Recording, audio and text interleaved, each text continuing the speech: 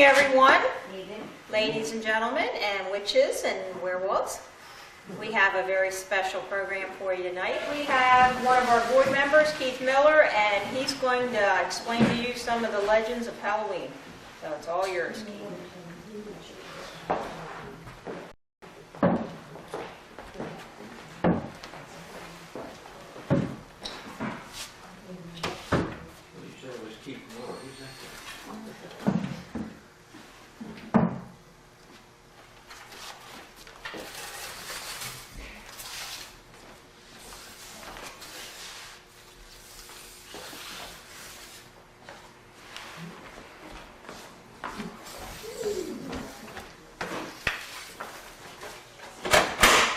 Be gone!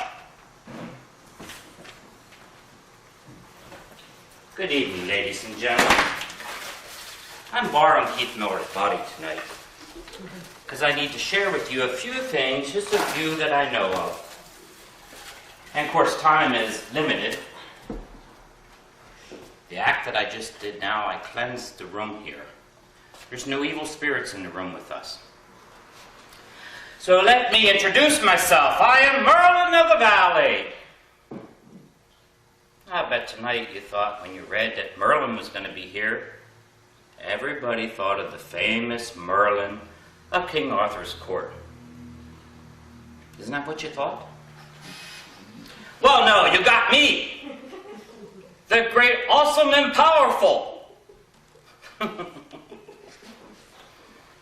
I'm not so sure about that awesome and powerful, but it sounded good, didn't it? I really like that part.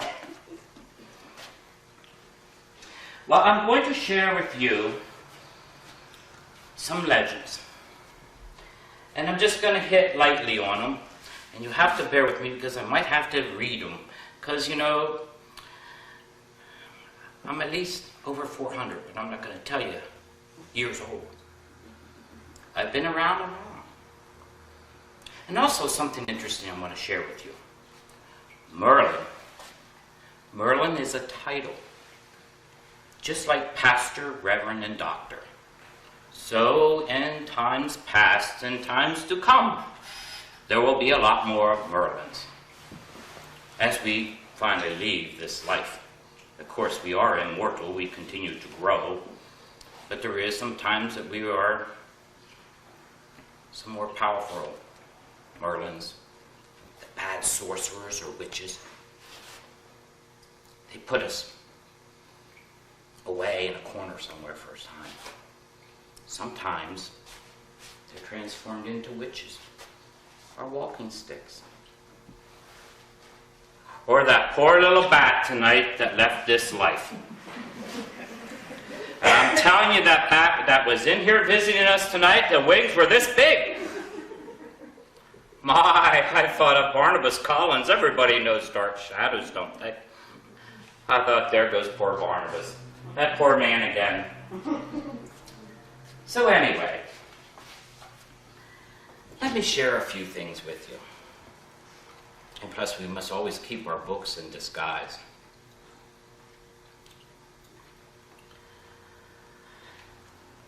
Well, I would like to talk to you about the ancient Celtic festival, Samhain, also known as All Hallows Eve, or as you people today with this modern incarnation know as Halloween. But this was a very important time. Samhain marked the end of summer and the beginning of winter. This was always held on the last day in the month of these years. I think, what are we in the Julian or Gregorian calendar? Julian, I think. But it was the last day of October. And that day, it was a time of reflection, both of past events and of loved ones who have recently left this mortal life. At the same time, that evening provided a chance to look forward and try to divine the new year would have for them. Well, now that spirit of reflection that was held so long ago has been lost with this new modern incarnation of Halloween. But there are a few things that still remain from that ancient celebration. The witch, the jack-o'-lantern, the cauldron, and the broomstick. These are all important images of Halloween, and they are steeped in history and in folklore. And they all have an association with herbs. But I will share lightly with you.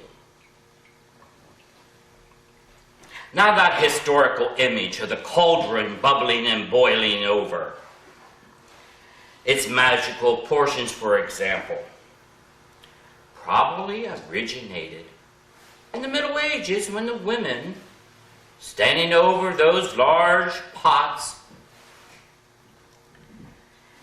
produced simples. Now, simples were and still are an art of collecting herbs, fruits, and roots. And they would collect these herbs for medicinal reasons.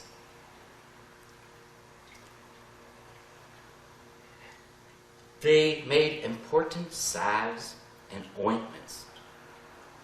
And I too, in this modern day, as I venture through that place called up the road, I think it's called Gratz Crossroad, and I see ointments there. One, I think, is Raleigh's. Oh, and I can't remember all the other ones. You must excuse me here. I am getting very warm. But they are important salves that we use today. So, when you use these salves, think about that cauldron that these salves were made from.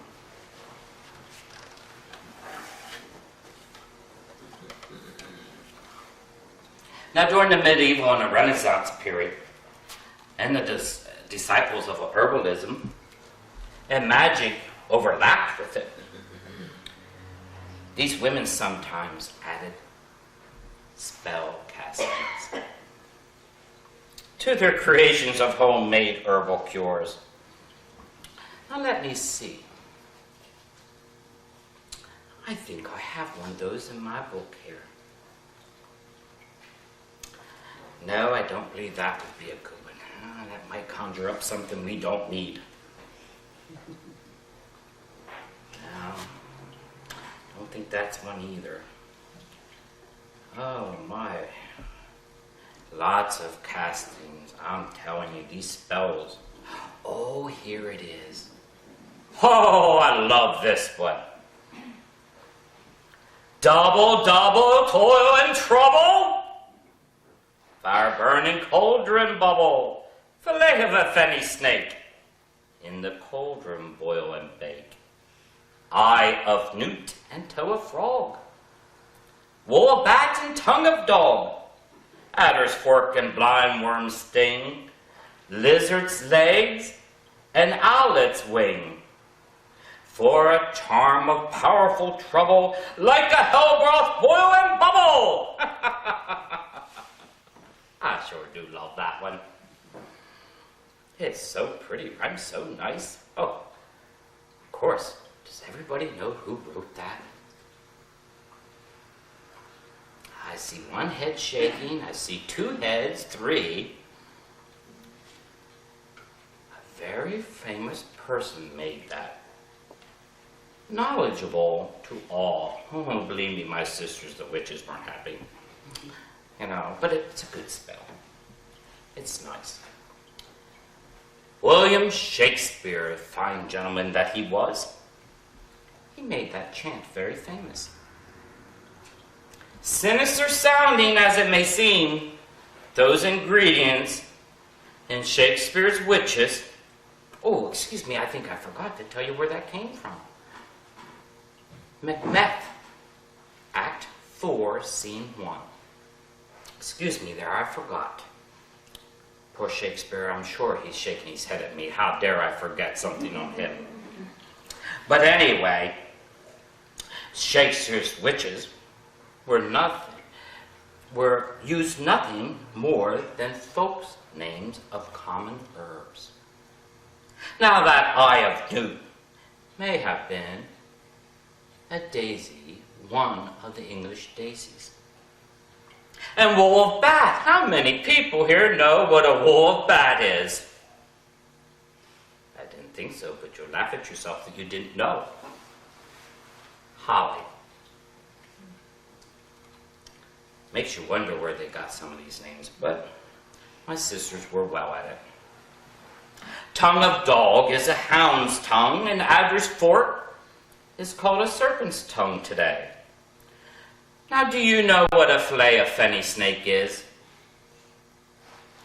Oh, such a beautiful flower as I walk through these valleys, passing through the days of summer. The beauty of it.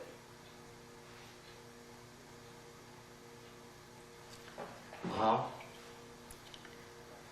that fillet of fenny snake is the chickweed, which is so common through our valley. And the toe of a frog was a type of buttercup. And I don't want to share too much more there with you. But let's see those W-I-T-C-H-E-S's. Oh, they're beautiful. The word witch, which is an ambiguous image of Halloween, translated from the Anglo-Saxon word of witchy, which means wise one. Ladies, you didn't think you were, did you? We always knew it. Well, also in the village, the wise woman, the cunning man, the tribal shaman. Or this person, they were the leaders, the healers. They were the caretakers of the tribe.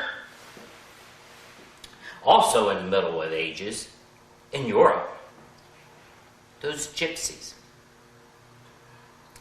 Now their knowledge of herbs, which they were very well at knowing, and their magic, and of course their deviations in their day-to-day activities,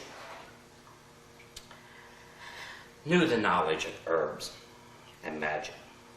And superstitious people labeled these forest-dwelling gypsies as witches and sorcerers. But they were nothing more than herb men and women and the shamans of their tribes. Oh yes, the broomstick. It conjures up the mood of Halloween. Another image. The champagne marked the time of the year. Remember that those witches could fly.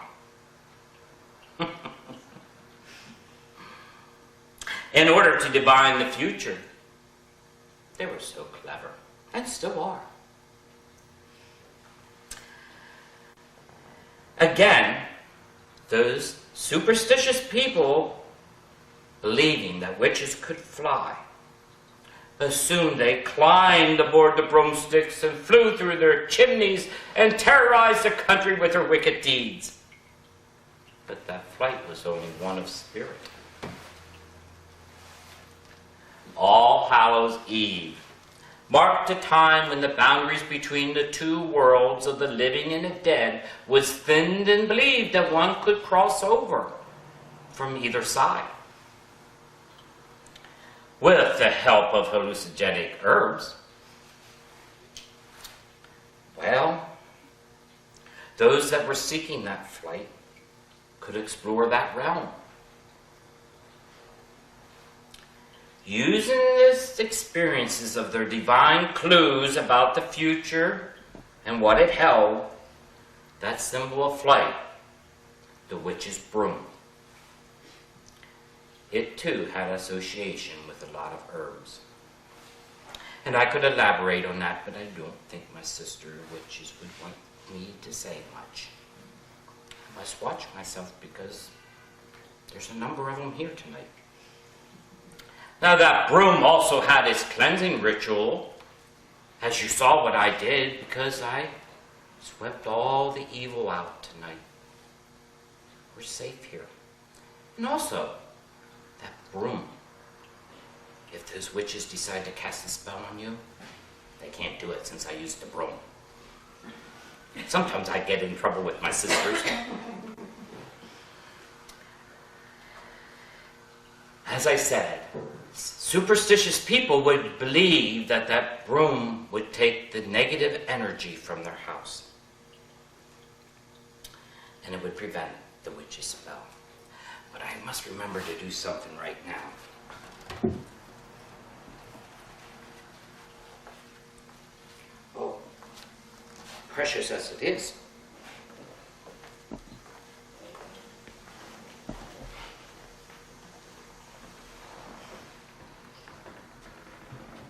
You must open your hand. Before you leave tonight, you must use that. You must eat it.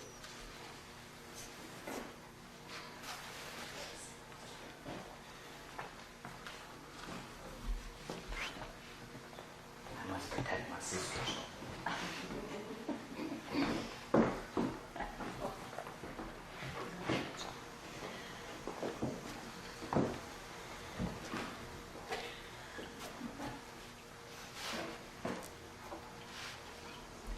Did you know that witches would eat celery seed before they would go on flight? It would prevent them from being dizzy and falling off the broomstick. But we're superstitious, so we gotta make sure. I must protect my sisters.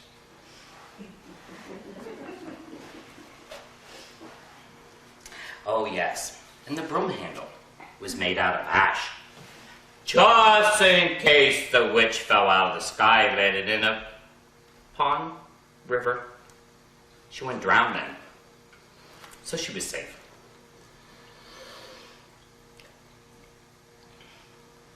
Now the witches would make a special ointment from herbs, like wolf's bane, witch's berry, sorcerer's root, and devil's trumpet, and mix them with animal fat. The effect from these special ointments cause confusion, weightlessness, hallucination. Thus, it would create the feeling of flight, ladies. Well, enough of that, because, like I said, I don't want to upset my sisters. But I just wanted to touch on some things. And witches and sorcerers and shamans have endured a bad reputation. At least not to say or to mention the outright persecution. Oh, I'm so glad I was in these valleys when Salem witch hunts were going on. My dear sisters and brothers, what they went through. I felt sorry for both sides. For the dumbness on the side of those that persecuted them for not knowing what they were losing. Those herbs that they mixed to save their lives. But the logic behind those people that persecuted them felt that if these witches could use herbs to heal and make better, to do good, could also use it for evil. Does anyone know a person that gathers these mysterious herbs that are associated with witchcraft? Well, even today, they would be witches. Even those that grow the herbs for culinary purposes, they would be labeled a witch. Oh, yes. And another most important image of Halloween is the jack-o'-lantern. In ancient Ireland, large turnips and potatoes and beets were carved out.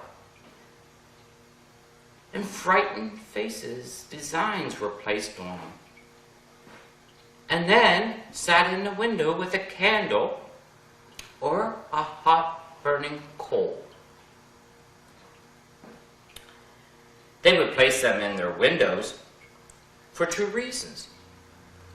One, they believed the designs would scare the evil spirits and prevent them from entering the house. And second, the hollow creations would let the spirits of the departed ones know that they were welcomed in the house, during the Samhain. Now, folks, I think I'm going to end there tonight. I shared 4 of the images of Halloween with you, and it is a long road back out the valley. But hopefully I can come again and share some more things of Halloween and its herbs. There are many witches here tonight, men and women alike, because we use those herbs today. So to you, All Hallows Eve, good night.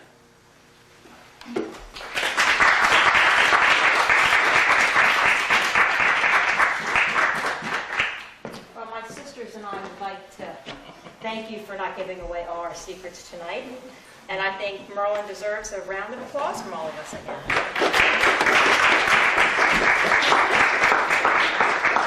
Everybody can help themselves to the food now. Oh, I forgot to share something with you here. Sorry, I knew it. I laid it over here and forgot all about it. And I should have started off with this.